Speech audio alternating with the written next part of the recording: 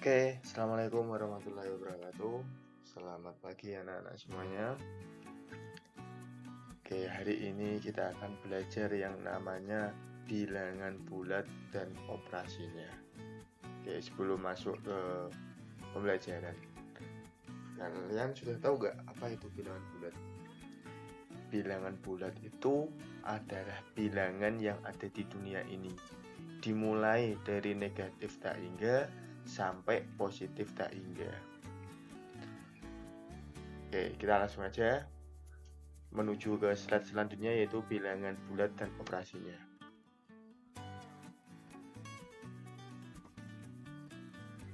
Operasi bilangan bulat.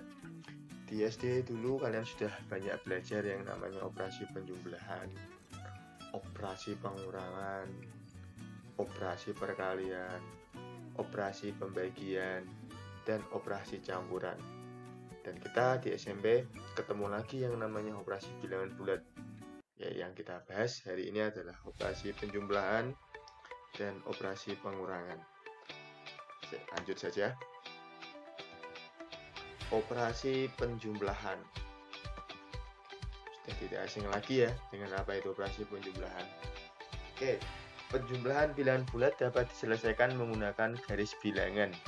Untuk bilangan yang sederhana, bilangan positif sepadan dengan langkah ke arah kanan, sedangkan bilangan bulat negatif sepadan dengan langkah ke kiri. Maksudnya apa?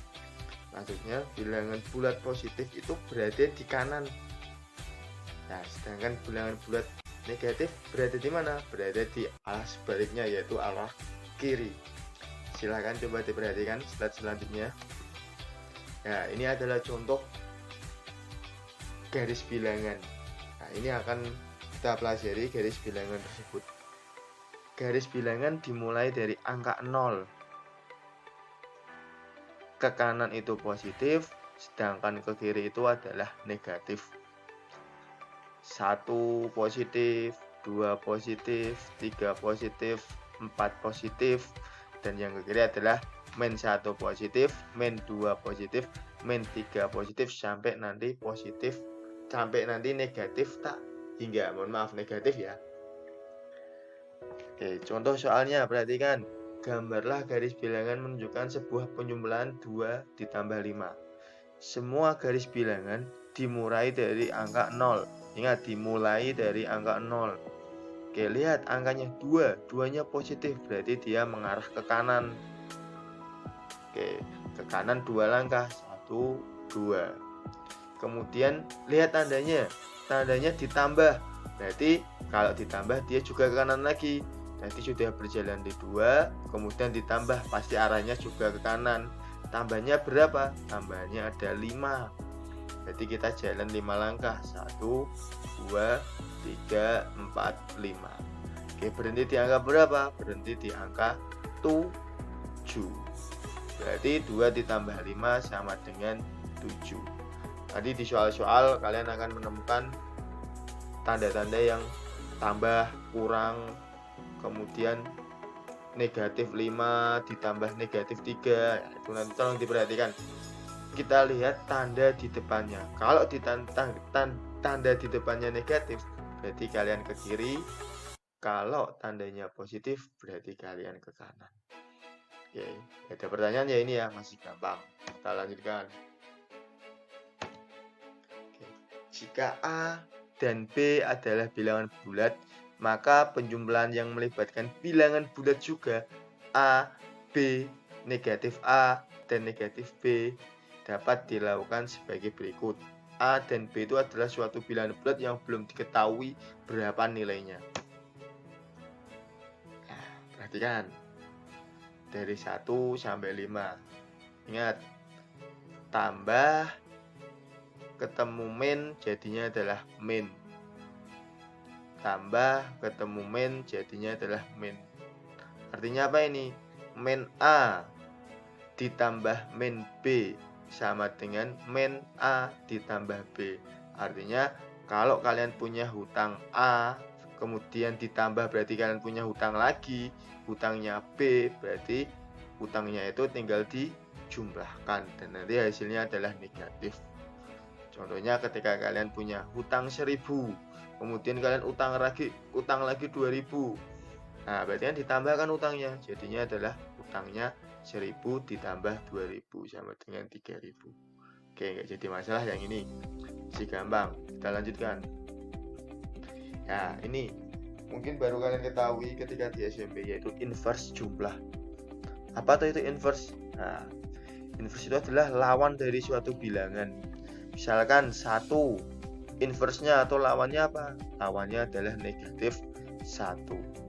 2, lawannya berapa? Lawannya adalah negatif 2. Dan sebaliknya negatif 3, lawannya berapa atau inverse-nya berapa? Inverse-nya adalah 3. Ingat-ingat inverse ini. Kita lanjutkan.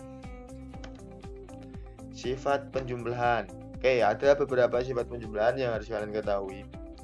Dan biasanya nanti di soal-soal kalian suruh membuktikan. Betul nggak suatu penjumlahan bilangan bulat itu mempunyai sifat tertutup, komutatif, asosiatif? Nah, berarti kan yang pertama adalah ketertutupan atau biasanya disebut tertutup. Artinya apa tuh tertutup itu? Tertutup itu bukan ditutup seperti pintu, bukan. Tapi jika A dan B bilangan bulat, jika dijumlahkan dia tetap akan menghasilkan bilangan bulat. Nggak mungkin bilangan bulat ditambahkan bilangan bulat nanti hasilnya pecahan. Nggak mungkin kan? Nah, itu yang dinamakan sifat tertutup. Oke, paham ya sifat ketertutupan ya? Oke, kemudian komutatif. Apa itu komutatif? Komutatif itu adalah jika A dan B masing-masing bilangan bulat sembarang, maka berlaku perhitungan A ditambah B sama dengan B ditambah. Artinya komutatif itu dibolak-balik hasilnya juga sama. 5 ditambah 3 atau 3 ditambah 5 itu sama aja. Oke, contohnya di bawah, negatif 3 ditambah 8, hasilnya apakah sama dengan 8 ditambah negatif 3? Nah, hasilnya sama. Berapa hasilnya? Hasilnya sama-sama 5. Itu yang dinamakan sifat komutatif. Kita lanjutkan lagi. Oke, sifat asosiatif. Nah, asosiatif itu biasanya disebut juga dalam buku pengelompokan.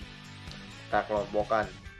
Nah, kalau kelompok berarti harus ada lebih dari satu operasi penjumlahan. Nah, di sini ada berapa operasi penjumlahannya? Ada 2. Yang pertama, ini yang kedua. Nah, misalkan Pak Gin punya A, B, dan C. Adalah suatu bilangan bulat sembarang. Artinya sembarang itu nilainya belum diketahui. Boleh di sini kalian isi 5, boleh di sini kalian isi 6, boleh kalian di sini isi 10, terserah kalian. Oke, A ditambah B ditambah C. Oke, berarti kan itu sama dengan dalam kurung A ditambah B, tutup kurung ditambah C, sama dengan A ditambah buka kurung B ditambah C. Artinya apa? 5 ditambah 6, contohnya perhatikan, ditambah 8, itu hasilnya sama dengan juga 5 ditambah 6 ditambah 8. Mau yang dikurung 5 dan 6 boleh, mau dikurung 6 dan 8 juga boleh. Hasilnya akan sama. Berapa anak hasilnya? Hasilnya adalah 19. Ini yang dinamakan sifat asosiatif. Oke, yang kedua yaitu unsur identitas. Oke, unsur identitas perhatikan. Jika A suatu bilangan bulat berlaku A ditambah 0 sama dengan 0 ditambah A dan menghasilkan A. Artinya apa toh? Semua bilangan bulat kalau ditambahkan 0 hasilnya adalah bilangan bulat itu sendiri. Makanya 0 itu dinamakan unsur identitas. Oke, perhatikan. Nih contohnya. Min 12 ditambah 0. Dia kembali lagi hasilnya menjadi min 12 atau negatif 12. Kenapa? Karena dia ditambahkan dengan unsur atau elemen identitas. Berapa unsur identitas dari suatu penjumlahan? Yaitu 0. Oke, ini baru kalian ketahui di SMP bahwa sebetulnya penjumlahan itu mempunyai unsur identitas. Ya, inilah unsur identitasnya yaitu 0. Oke, kita lanjutkan. Oke, operasi pengurangan. Ya, sama dengan penjumlahan. Pengurangan. Ya, juga diselesaikan dengan garis bilangan. Cuman bedanya kalau pengurangan itu ke kiri, jadi penjumlahan ada di kanan. Gambar garis bilangan menunjukkan sebuah pengurangan yaitu 8 dikurangi 4. Kita mulai dari angka 0, selalu berjalan dari 0. Lihat, 8. Tandanya depannya apa ini? Positif, berarti dia arahnya ke kanan. 1, 2, 3, 4, 5, 6, 7, 8. Dia berhenti di angka 8. Kemudian perhatikan lagi. Setelah itu, diapakan ini? Dikurangi. Nah, ingat, dikurangi itu arahnya kemana? Ke kanan atau ke kiri? Ya, dikurangi itu arahnya ke kiri. Ke kiri berapa langkah? Lihat depannya. Depannya ada 4, berarti ke kiri 4 langkah. 1, 2, 3, 4. Oke, berarti 8 dikurangi 4 menghasilkan angka 4. Oke. Gampang ya, Mas Yan ya? Ya, kita teruskan saja. Inilah pengurangan dua buah bilangan. A dikurangi B sama dengan A plus min B. Ingat, plus sama min ketemunya adalah min. A dikurangi min B. Ingat, min sama min ketemunya adalah plus. Nah, coba yang perhatikan nomor 3. Negatif A min B. Artinya apa toh? Negatif A dikurangi min B. Min sama min ketemunya juga plus. Contohnya adalah min 5 dikurangi min 5. Berarti min 5 ditambah 5 sama dengan 0. Oke. Juga ini coba perhatikan min A, min B.